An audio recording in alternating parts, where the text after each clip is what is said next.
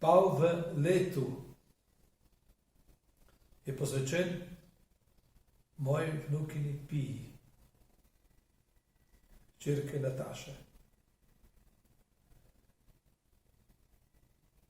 Ta simbolika je prastara. V sanskrtu je Garuda. Slovenci imamo eno besedo, ki je podobna Garudi, pomeni kmetija na višini. Gruden, tudi naš pesnik Igo Gruden.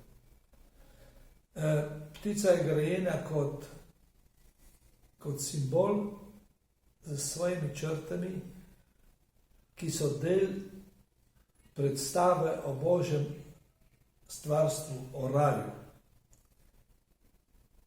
Vsak človek, ki živi na zemlji, ima možnost, da preleti fizično življenje in da se razvija v božansko bitje. Ta simbol je pa tudi prastar najstarejših civilizacij, tudi Indije, potem seveda Egipčanov, Rimljani so imeli in tudi Benetke so imeli, ptica kot taka. Ne.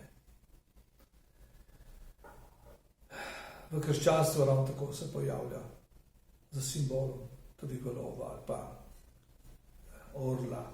Na krasu imamo tudi priimek orel.